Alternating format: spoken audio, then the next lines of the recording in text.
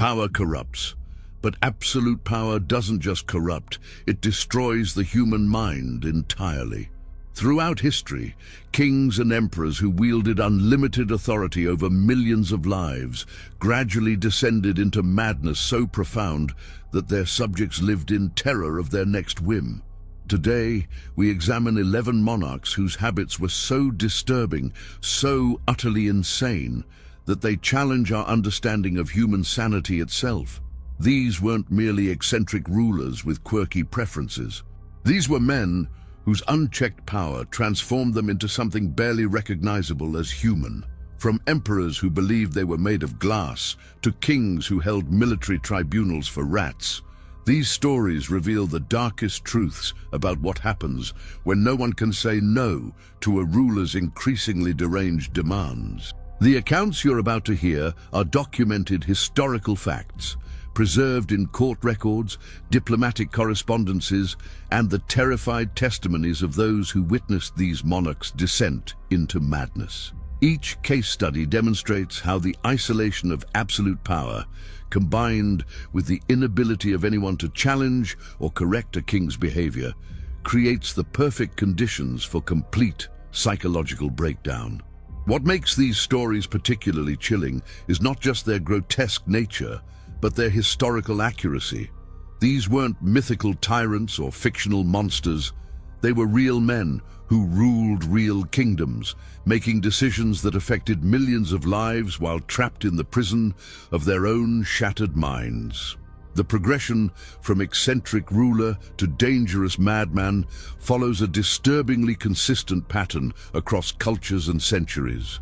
Initially, these monarchs displayed merely unusual preferences or behaviors that courtiers learned to accommodate. However, as their power solidified and opposition disappeared, these quirks evolved into increasingly extreme and harmful obsessions. Modern psychology recognizes many of these behaviors as symptoms of severe mental illness, conditions that today might be treated with therapy and medication. However, in their historical context, these kings' madness was often interpreted as divine punishment, demonic possession, or simply the natural consequence of royal blood. Their subjects had no choice but to endure whatever horrors their diseased minds could conceive. The human cost of these rulers' insanity extended far beyond the palace walls. Entire kingdoms suffered under the weight of their kings' delusions, with resources squandered on bizarre projects, innocent people executed for imaginary crimes, and diplomatic relations destroyed by incomprehensible behavior. These stories serve as a stark reminder that unchecked power doesn't just corrupt, it can completely destroy the human psyche. James V of England ascended to the throne in 1603, bringing with him a collection of personal habits so revolting that even his most loyal courtiers struggled to remain in his presence. Despite his reputation as a learned scholar and the commissioner of the famous King James Bible, this monarch's relationship with basic hygiene was so catastrophically poor that it became a defining characteristic of his reign. The king's aversion to bathing was legendary throughout Europe.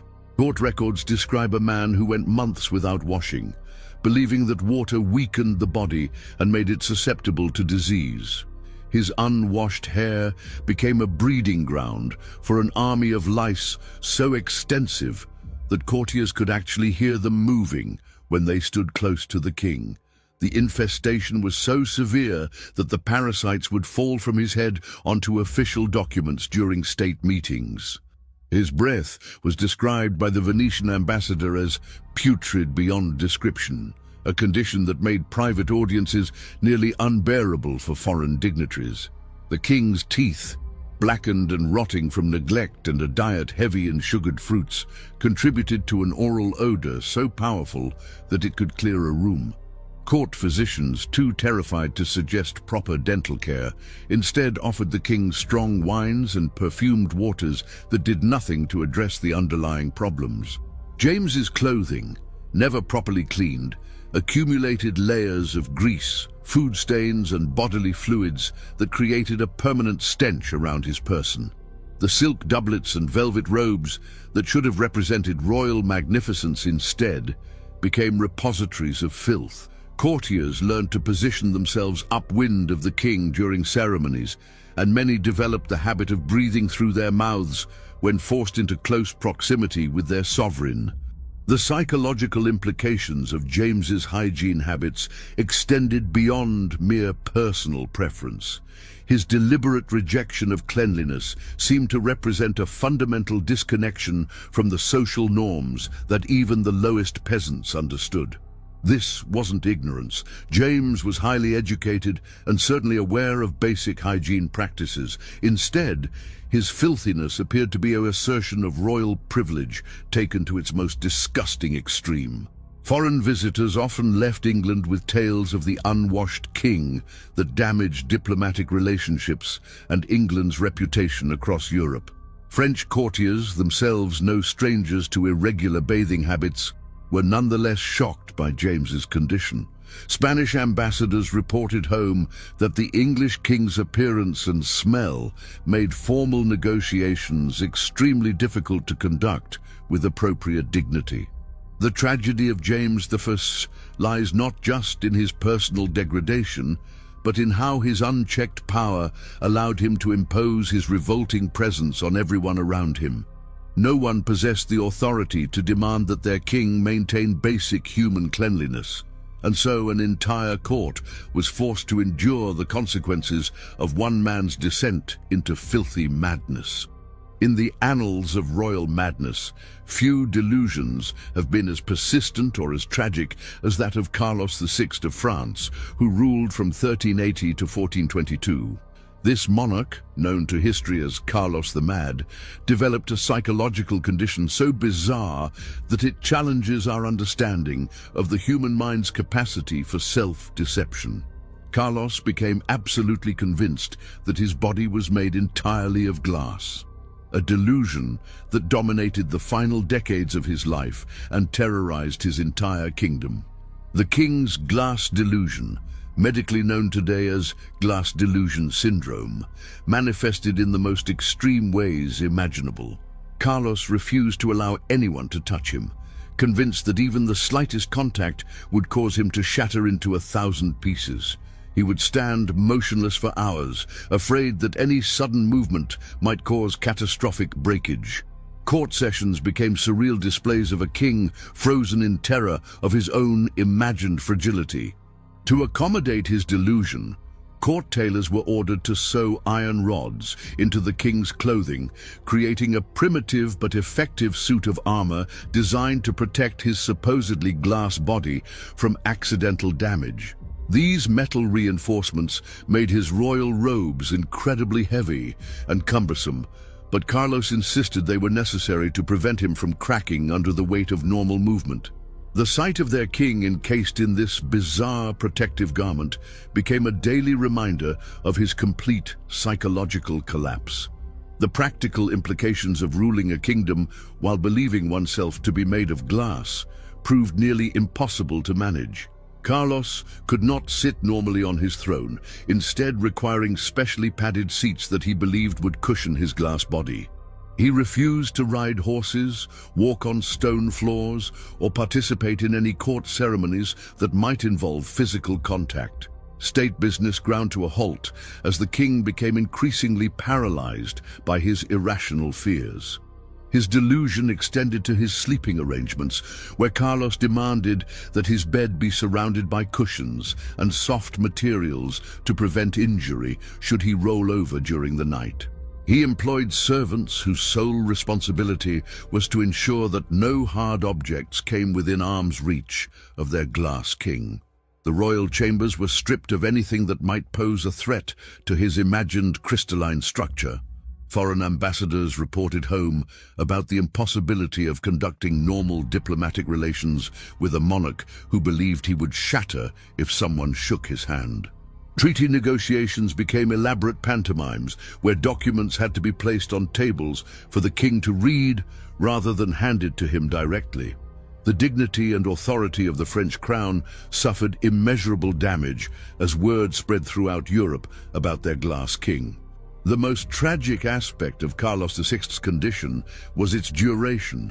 This delusion persisted for over 30 years, essentially ending effective royal governance in France during one of the most crucial periods in European history. While his kingdom faced wars, economic crisis, and social upheaval, their king remained trapped in a prison of glass, too terrified of breaking to function as the leader his people desperately needed. Pedro III of Russia reigned for only 6 months in 1762, but his brief time on the throne revealed a level of psychological immaturity so profound that it bordered on complete dissociation from reality. This 34-year-old emperor approached the governance of the largest empire on earth with the mentality of a child playing with toys, transforming the serious business of statecraft into elaborate games that horrified his court and ultimately led to his downfall. The emperor's obsession with toy soldiers and war games reached levels that defied comprehension. Pedro maintained enormous collections of miniature armies, complete with tiny cannons, cavalry units, and infantry formations that he would arrange and rearrange for hours each day. These weren't merely casual diversions. They became the primary focus of his attention, taking precedence over actual military affairs and state business. Court officials were forced to wait for hours while their emperor played with dolls. Pedro's war games extended beyond simple toy arrangement into elaborate theatrical productions that consumed entire days. He would force members of his court to participate in mock battles, assigning them roles as different army units and requiring them to march around the palace following his shouted commands. Grown men, many of them accomplished military officers and government officials, were reduced to crawling around on their hands and knees, pretending to be toy soldiers for their emperor's amusement. The emperor's disconnect from reality became even more apparent in his treatment of actual military personnel. Pedro would conduct formal military tribunals for rats that he claimed had committed acts of desertion and cowardice. These proceedings followed proper military protocol, complete with charges read aloud, testimony from witnesses, and formal sentencing. The rats, whether dead or alive, would be subjected to military punishment, including execution by hanging from tiny gallows that Pedro had specially constructed for this purpose. His childish approach to governance extended to his handling of diplomatic relations, where Pedro would insist on conducting negotiations while playing with his toy soldiers. Foreign ambassadors reported the surreal experience of discussing trade agreements and military alliances while the Emperor of Russia moved toy cavalry units around a sandbox. These displays of complete immaturity destroyed Russia's credibility on the international stage and left diplomats questioning whether they were dealing with a sovereign nation or an elaborate practical joke. Pedro's inability to distinguish between play and reality created chaos throughout the Russian government. He would issue military orders based on the outcomes of his toy battles, promoting and demoting real officers according to how well their miniature counterparts had performed in his imaginary wars. Actual military strategy was abandoned in favor of tactics that worked well with wooden soldiers but had no basis in real-world combat effectiveness. The emperor's wife, Catherine, later Catherine the Great, watched in horror as her husband's childish obsessions threatened to destroy the empire. His courtiers, many of whom had served under previous rulers with distinction, found themselves trapped in a nightmare where the fate of millions depended on the whims of a man who preferred toy soldiers to real ones. Pedro's reign ended when Catherine organized a coup that removed him from power, but not before his 6 months of toy soldier governance had demonstrated the catastrophic consequences of placing unlimited power in the hands of someone completely disconnected from adult reality. King Farouk I of Egypt, who ruled from 1936 to 1952, transformed the ancient dignity of pharaonic power into a grotesque display of compulsive theft, sexual obsession, and material greed that shocked even the most jaded observers of royal excess. This monarch, who inherited one of the wealthiest kingdoms in the Middle East, developed habits so bizarre and criminal that they would eventually contribute to the complete collapse of the Egyptian monarchy. Farouk's compulsive stealing became legendary throughout diplomatic circles, earning him a reputation as the most accomplished royal pickpocket in history. No object was safe from his grasping fingers. He would steal watches from the wrists of dinner guests, fountain pens from the pockets of ambassadors, and jewelry from the necks of women attending state functions. Most famously, he successfully pickpocketed a watch from Winston Churchill during a diplomatic meeting, a theft so audacious that it became international news and permanently damaged Egypt's standing with Britain. The king's obsession with red automobiles bordered on the pathological. Farouk maintained a collection of over 200 red cars, from fire engines to Ferraris, all painted in various shades of crimson. He would spend hours each day inspecting his fleet, often ordering his mechanics to repaint vehicles if their red wasn't precisely the correct shade. Egyptian law was actually changed to ensure that only the king could own a red vehicle, making the possession of red cars by anyone else a criminal offense punishable by imprisonment. Perhaps most disturbing was Farouk's accumulation of pornographic material, which became so extensive that it was considered the largest private collection in the world. The king employed a staff of dozens whose sole responsibility was cataloging and maintaining his vast library of explicit materials from every corner of the globe. He would spend entire days viewing his collection, often neglecting important state business to indulge in his obsession. The storage and maintenance of this material required an entire wing of the royal palace. Farouk's eating habits reached levels of excess that defied medical explanation. He would consume meals consisting of dozens of courses, often eating continuously for hours without stopping.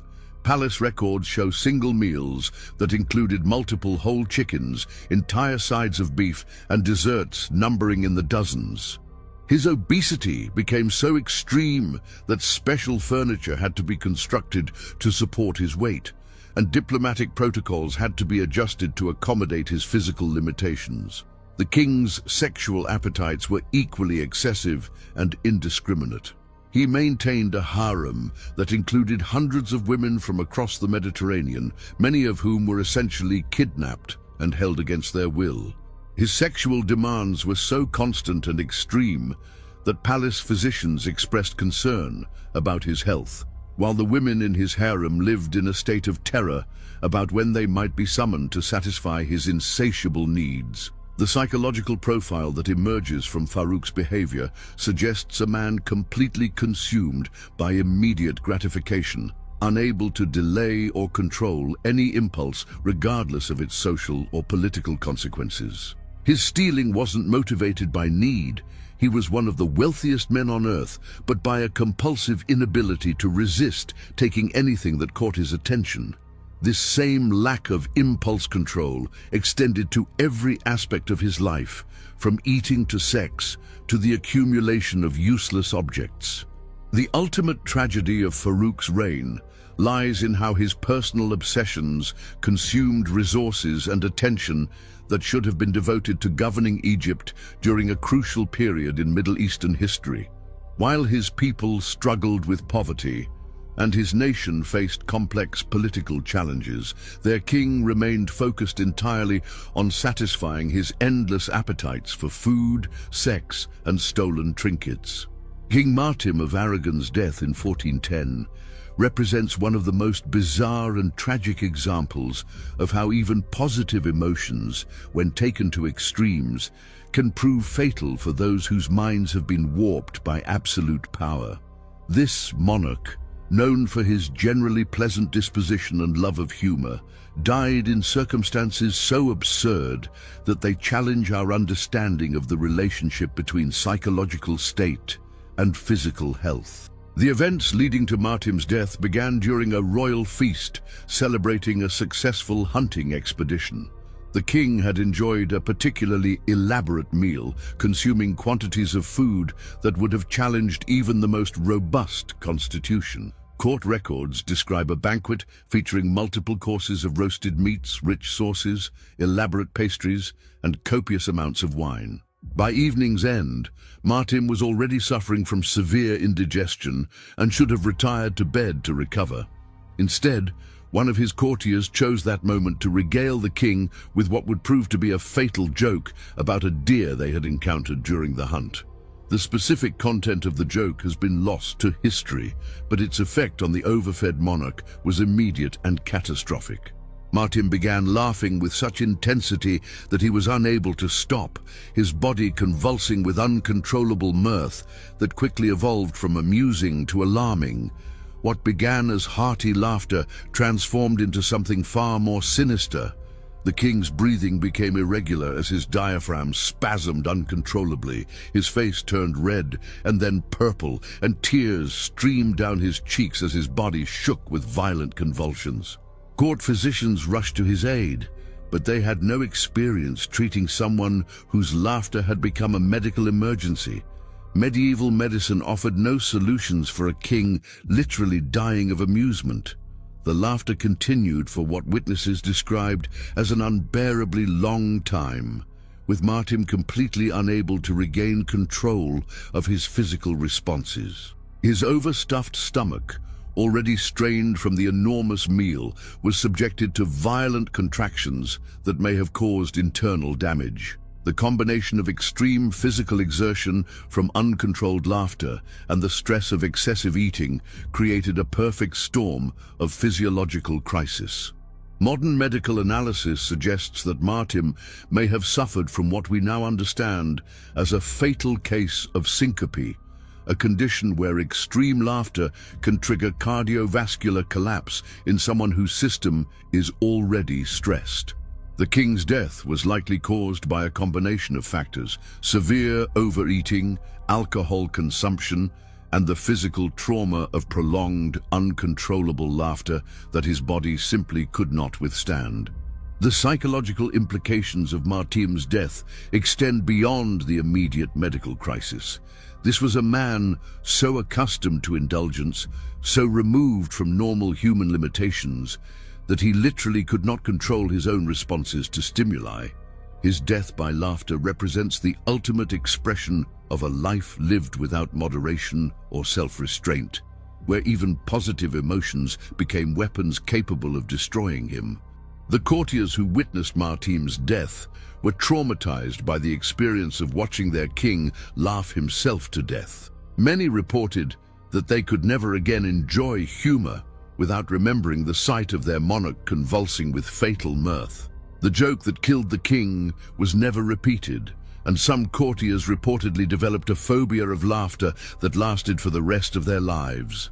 Christian VII of Denmark ascended to the throne in 1766 at age 17, bringing with him a collection of mental disturbances so severe that his 43-year reign became a sustained nightmare for everyone in his kingdom. This monarch's behavior went far beyond mere eccentricity or royal privilege. It represented a complete breakdown of human social behavior that terrorized his subjects and created chaos throughout Scandinavian politics. The king's unpredictable violence became legendary throughout Copenhagen and beyond. Christian would attack people without warning or provocation, striking courtiers, servants, and even foreign dignitaries with whatever object happened to be within reach. His assaults followed no logical pattern. A friendly conversation could instantly transform into a beating if something in the king's diseased mind triggered his rage. No one was safe from his sudden outbursts, creating an atmosphere of constant terror throughout the royal court. Perhaps most bizarrely, Christian developed an obsession with the children's game of leapfrog that consumed hours of his daily schedule. The king would force ambassadors, government ministers, and visiting dignitaries to participate in extended leapfrog sessions, regardless of their age, physical condition, or the dignity of their office. These games often lasted for hours, with the king becoming violently angry if anyone refused to participate or failed to demonstrate sufficient enthusiasm for jumping over each other's backs. The monarch's relationship with animals reached levels of absurdity that shocked even his most tolerant subjects. Christian promoted his pet dog to the rank of government minister, complete with an official title, salary, and place at the council table. The dog attended cabinet meetings, where the king would solicit its opinion on matters of state policy and claim to understand its barked responses. When the animal died, Christian ordered a state funeral complete with military honors and a period of national mourning. His sexual behavior became increasingly erratic and disturbing as his mental condition deteriorated. Christian would expose himself publicly without warning, masturbate during state ceremonies, and make inappropriate sexual advances toward anyone who caught his attention, regardless of their age, gender, or social position. Court officials developed elaborate protocols to shield visitors from the king's sexual exhibitionism, but his unpredictability made protection impossible to guarantee. The king's eating habits reflected his complete disconnection from normal human behavior. Christian would consume food like an animal, tearing at meat with his hands, throwing scraps on the floor, and often eating garbage or inedible objects that caught his attention.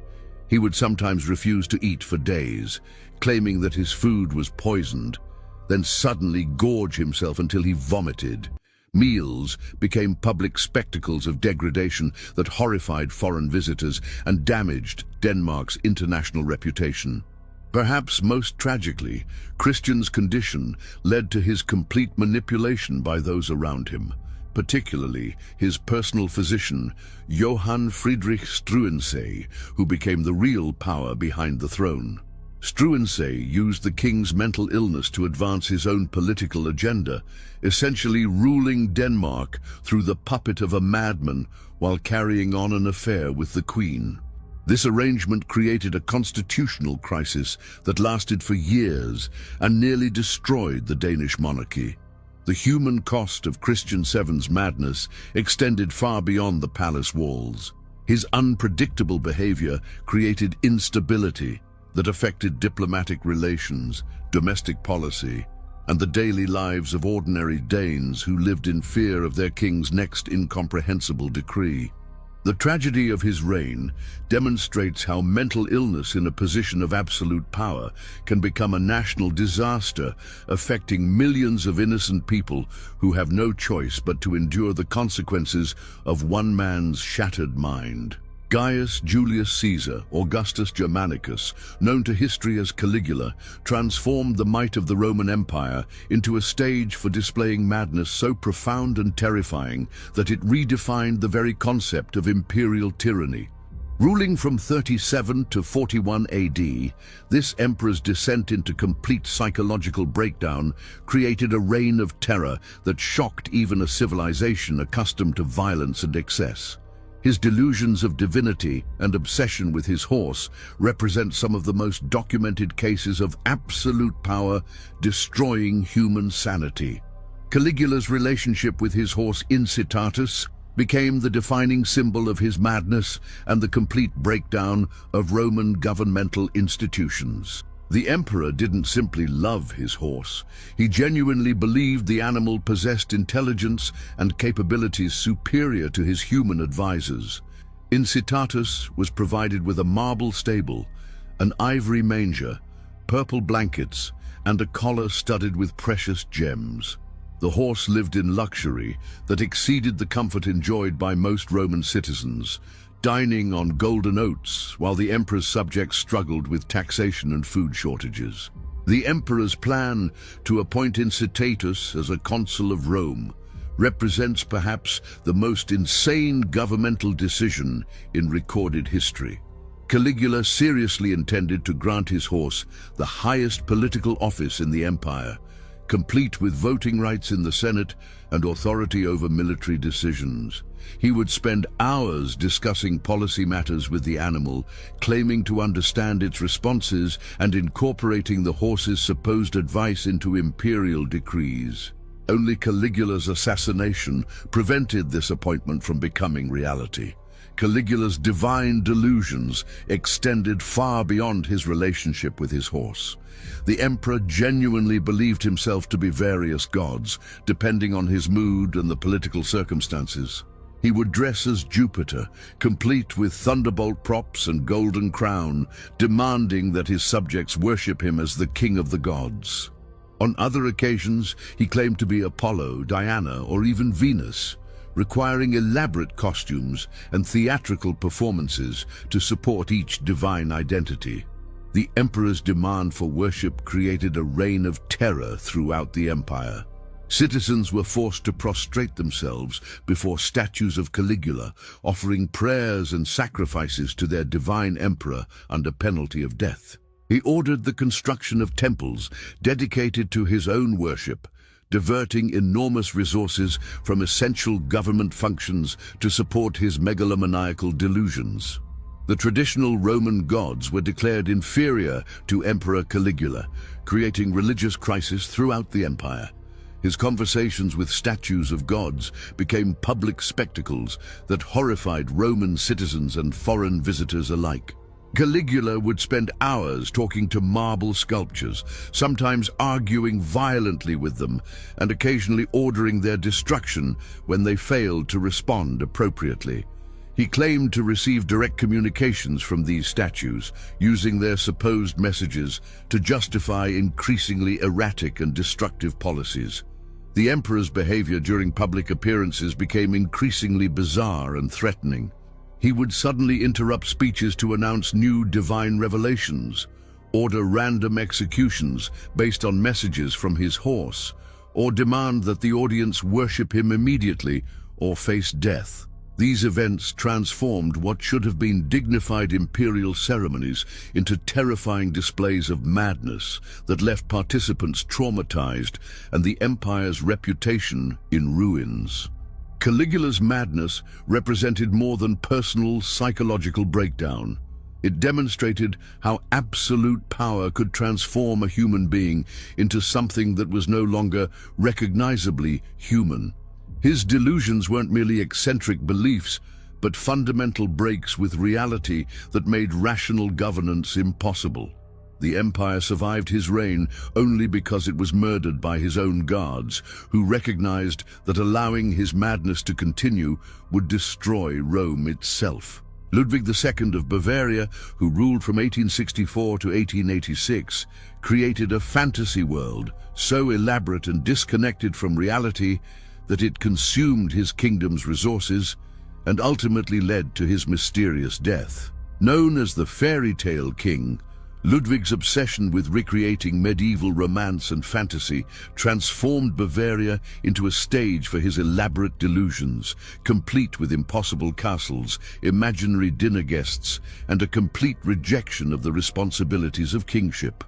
The king's most famous expression of madness was his construction of Neuschwanstein Castle, a medieval fantasy built with 19th-century engineering that served no practical purpose beyond satisfying Ludwig's romantic delusions. This wasn't simply an expensive building project, it was the physical manifestation of a mind completely disconnected from reality. Ludwig spent enormous sums creating a fairy tale castle that existed solely to house his fantasies about knights, medieval romance, and Wagner's operas brought to life. Ludwig's dinner parties with deceased monarchs represent some of the most documented cases of elaborate delusion in royal history. The king would order full formal dinners to be prepared and served for guests who existed only in his imagination. Place settings were laid for long-dead kings and queens. Conversations were held with empty chairs, and toasts were offered to invisible companions. Servants were required to participate in these charades, serving multiple courses to ghosts while their king engaged in animated discussions with his imaginary guests. The king's nocturnal lifestyle became increasingly bizarre as his condition deteriorated. Ludwig would sleep during the day and conduct all his activities at night, reversing the normal patterns of court life and government. His nighttime wanderings through his castles became elaborate theatrical productions, where he would dress in costumes representing various historical figures and act out scenes from his favorite operas and legends. His obsession with Richard Wagner's music evolved into a complete confusion between opera and reality. Ludwig genuinely believed that he was living inside Wagner's mythological world, seeing himself as various heroic characters from the composer's works. He would spend entire nights performing operatic scenes alone in his castle rooms, singing to imaginary audiences and creating elaborate staging for productions that existed only in his mind. The king's rejection of modern life became total and absolute. Ludwig refused to acknowledge the Industrial Revolution, the political changes transforming Europe, or even the basic governmental responsibilities of kingship. He lived entirely in an imagined medieval world where knights rescued princesses, magic was real, and kings ruled through divine right rather than political necessity. His fantasy world provided complete escape from the complexities of 19th-century European politics. Ludwig's financial extravagance in pursuit of his fantasies nearly bankrupted Bavaria. His castle-building projects, elaborate theatrical productions, and constant reconstruction of his fantasy environments consumed resources that should have been devoted to infrastructure, education, and military preparedness. The king's advisors watched helplessly as their nation's treasury was emptied to fund one man's elaborate delusions. The mysterious circumstances of Ludwig's death, found drowned in Lake Starnberg alongside his psychiatrist, remain unexplained to this day. Whether suicide, murder, or accident, his death ended a reign that had transformed a serious European kingdom into a stage set for operatic fantasy. Ludwig's legacy demonstrates how completely a human mind can retreat from reality when given unlimited resources and no external constraints on its most elaborate fantasies. Ibrahim V of the Ottoman Empire, who ruled from 1640 to 1648, represents perhaps the most sexually disturbed and violently unstable monarch in recorded history. His reign of terror combined pathological sexual obsession with genocidal rage, creating a nightmare that traumatized an entire empire and ultimately led to his assassination by his own government. Known as Ibrahim the Mad, his 8 years of rule demonstrated how sexual compulsion and unlimited power could transform a human being into a monster. Ibrahim's sexual appetites were shaped by years of imprisonment in the palace's golden cage, a practice designed to prevent royal princes from threatening the throne by keeping them isolated from normal human contact. This confinement, which lasted from childhood until he was 25, created a psychological powder keg of repressed desires and distorted sexuality that exploded when he finally gained power. His first acts as Sultan revealed a man whose understanding of human relationships had been completely corrupted by decades of enforced isolation. The emperor's obsession with obese women became legendary throughout the Ottoman Empire and beyond. Ibrahim would send agents across his territories, searching for the heaviest women they could find, offering enormous rewards for anyone who could locate females of sufficient size to satisfy his bizarre preferences. He maintained detailed catalogues of women's weights and measurements, treating human beings like livestock to be evaluated solely on their physical mass. His harem became a prison containing hundreds of women, held against their will to satisfy his constant sexual demands. Unlike traditional Ottoman harems, which operated according to established protocols and hierarchies, Ibrahim's sexual quarters were scenes of constant terror where women lived in fear of being selected for his attention. His sexual violence was so extreme that many women died from his assaults, creating a constant need to replenish his collection of victims. The most horrific crime of Ibrahim's reign occurred when his jealousy and paranoia convinced him that his concubines had been unfaithful.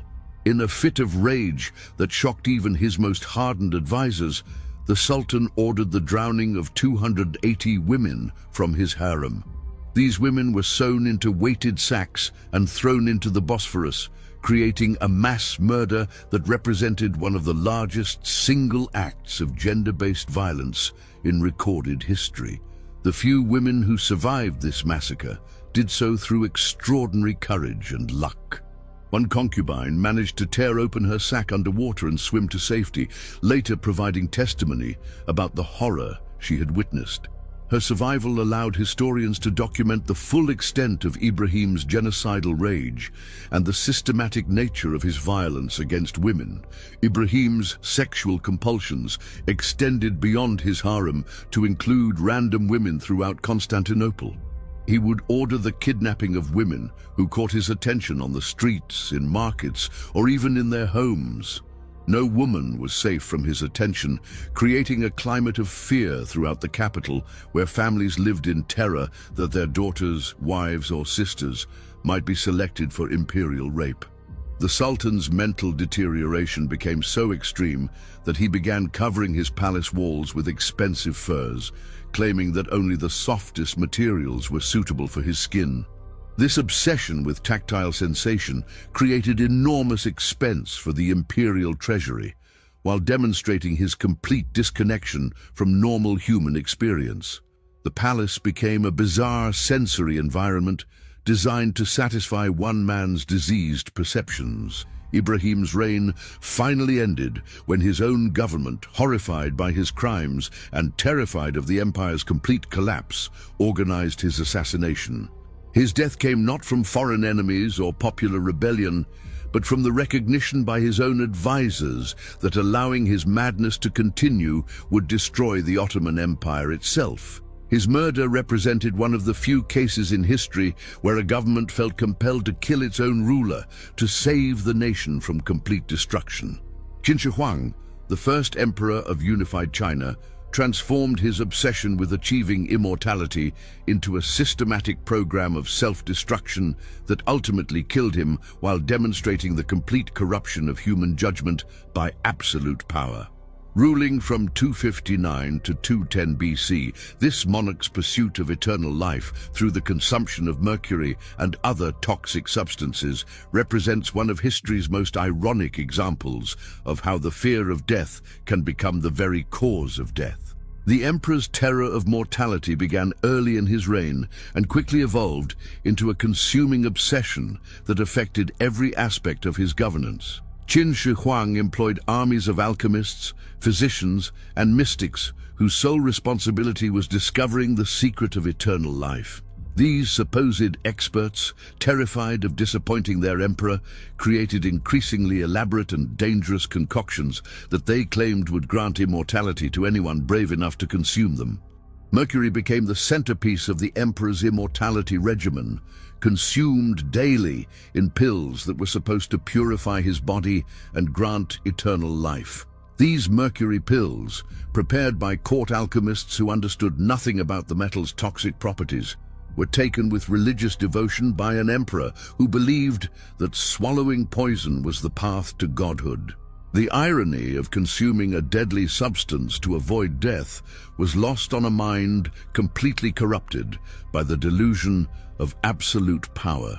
The emperor's daily routine became centered around his immortality treatments, which included not only mercury consumption, but also bizarre dietary restrictions, exotic herbal preparations, and elaborate purification rituals.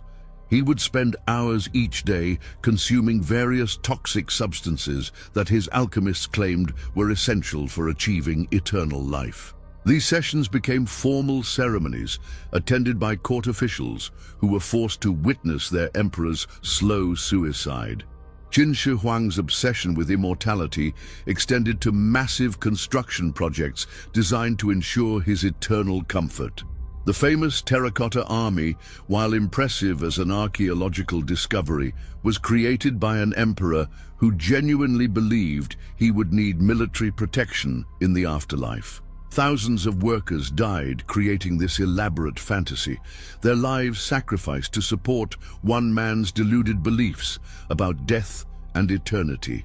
The emperor's paranoia about assassination attempts led him to extreme secrecy about his location and activities. He would sleep in different palaces each night, travel in identical carriages to confuse potential assassins, and execute anyone who revealed information about his whereabouts. This paranoid lifestyle, combined with his daily mercury consumption, created a perfect storm of physical and psychological deterioration. The toxic effects of mercury poisoning began to manifest in increasingly erratic behavior, violent mood swings, and physical symptoms that his court physicians were powerless to treat. The emperor's hands developed tremors, his speech became slurred, and his mental faculties deteriorated rapidly. Ironically, the very treatments he believed were granting him immortality were systematically destroying his body and mind. When Qin Shi Huang finally died from mercury poisoning during a journey to the eastern provinces, his death was so unexpected and feared by his advisors that they attempted to hide it from the empire. The emperor's body was transported back to the capital in a sealed carriage, with rotting fish loaded alongside the corpse to mask the smell of decomposition. This grotesque final journey represented the ultimate expression of an emperor whose pursuit of immortality had led him to become literally toxic, both in life and in death. King Adolf Fredrik of Sweden met his end in 1771 through what may be history's most absurd royal death, killed not by war, revolution, or assassination, but by an eating binge so extreme that it literally burst his digestive system. Known as the king who ate himself to death, Adolf Fredrik's final meal represents the ultimate expression of royal excess taken to its fatal conclusion. The circumstances leading to the king's death began with what should have been a pleasant royal dinner celebrating Shrove Tuesday, a traditional pre-Lenten feast in Swedish culture. However, Adolf Fredrik approached this meal with an appetite that defied all reasonable limits, consuming quantities of food that would have challenged the digestive capacity of several normal people combined. Court records document the king's final meal in horrifying detail. Lobster, caviar, sauerkraut, kippers, and champagne were consumed in enormous quantities before Adolf Fredrik moved on to the dessert that would kill him. He consumed 14 servings of semla, traditional Swedish pastries filled with cream and almond paste, despite being already overfull from the massive quantities of rich food he had consumed earlier in the evening. The semla that killed the king were not ordinary pastries, but elaborate confections designed to satisfy royal taste. Each serving contained heavy cream, thick almond paste, and sweet bread that absorbed liquids and expanded in the stomach. 14 of these rich, expanding desserts created a mass of food that his digestive system simply could not process, leading to what modern medicine would recognize as acute gastric rupture. The king's death was not immediate, but agonizingly prolonged, lasting several hours as his overstuffed stomach struggled to contain the enormous volume of food he had consumed. Palace physicians, summoned to treat what they initially thought was severe indigestion, quickly realized they were dealing with a medical emergency beyond their understanding or ability to treat. Medieval medicine offered no solutions for a king whose stomach had literally burst from overeating. Adolf Fredrik's agony during his final hours was witnessed by court officials who were horrified by the sight of their king dying from the consequences of his own gluttony. His pain was so extreme that he could not lie down, sit comfortably, or find any position that offered relief from the internal damage caused by his massive food consumption. The dignity of kingship was completely destroyed as the monarch writhed in agony from the effects of overeating. The psychological implications of the king's death extend beyond mere lack of self-control to reveal a man so disconnected from normal human limitations that he literally could not recognize when he had eaten enough to survive. This wasn't simply enjoying a large meal. It was a complete breakdown of the basic survival instincts that prevent most people from eating themselves to death. The international reaction to Adolf Fredrik's death was a mixture of shock and dark humor that damaged Sweden's reputation throughout Europe. Foreign courts struggled to comprehend how a monarch could die from overeating during peacetime, and the story became a cautionary tale about royal excess that was repeated throughout diplomatic circles for decades afterward. The king who ate himself to death became a symbol of the absurd extremes that royal privilege could reach when combined with complete lack of self-restraint. Henry VIII of England's final years represent one of the most grotesque transformations in royal history, as this once charismatic monarch devolved into a monstrous figure whose physical decay matched his psychological deterioration. By the end of his reign in 1547, Henry had become a walking corpse whose body was literally falling apart, while his mind consumed itself with paranoia, rage, and sexual obsession. The king's obesity had reached levels that challenged the structural capacity of Tudor architecture. Henry's weight, estimated at over 400 pounds, required special furniture, reinforced floors, and mechanical lifting devices to accommodate his massive bulk. He could no longer walk unassisted, instead requiring a team of servants to carry him in specially designed chairs or drag him upstairs using pulley systems. The very palace had to be reconstructed to support the physical presence of its king. Henry's ulcerated leg became a festering wound that poisoned the air around him with its putrid stench. This open sore, possibly caused by a jousting accident years earlier, never healed properly and developed into a constantly weeping infection that could be smelled from across a room. The king's physicians, too terrified to suggest proper treatment, instead offered ineffective poultices and prayers while the wound continued to rot his flesh. The psychological effects of constant pain and physical degradation transformed Henry into a monster of unpredictable violence. His famous temper, once merely intimidating, became genuinely terrifying as his physical agony drove him to extremes of cruelty that shocked even his most hardened courtiers. He would order executions on whims, sentence people to death for imaginary crimes, and fly into rages that left witnesses traumatized and fearful for their own lives. Henry's personal hygiene had deteriorated to levels that made him barely tolerable to be around. His clothes, stained with food, wine, and bodily fluids, were rarely changed because the process of undressing and redressing his massive, diseased body was so difficult and painful. The combination of his infected leg, poor hygiene, and digestive problems created a smell so overwhelming that courtiers would excuse themselves from his presence to vomit. The king's sexual behavior became increasingly desperate and pathetic as his physical condition deteriorated. Despite his massive size, infected wounds, and advancing age, Henry continued to pursue sexual encounters with a desperation that reflected his terror of mortality. His attempts at seduction became grotesque parodies of romance, with potential partners horrified by the prospect of physical intimacy with the diseased king. Henry's eating habits continued to be excessive even as his body struggled to process food properly. He would consume enormous meals while suffering from what were probably symptoms of diabetes, creating a cycle where his appetite remained enormous while his body's ability to handle food decreased. Meals became public spectacles of gluttony that disgusted foreign visitors and demonstrated the king's complete loss of dignity. The most grotesque aspect of Henry VIII's legacy was revealed after his death, when his coffin burst open during transport to his burial site.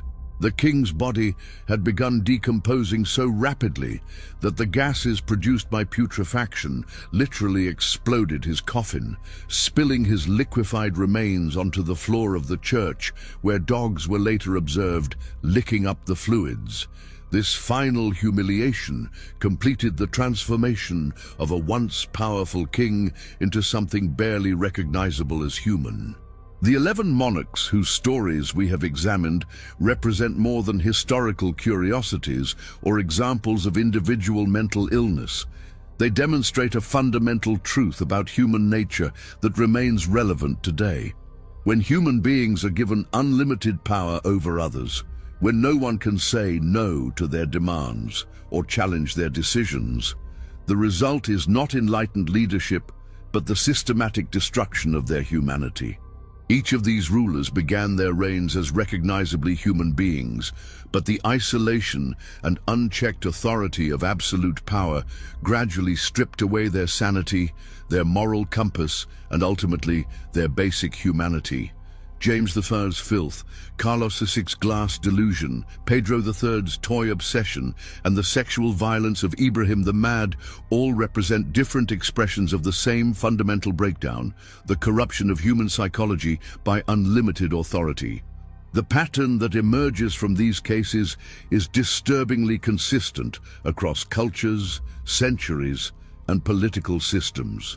Absolute power creates a psychological environment where normal feedback mechanisms disappear, where consequences for destructive behavior are eliminated, and where the ruler becomes trapped in an echo chamber of their own increasingly distorted perceptions.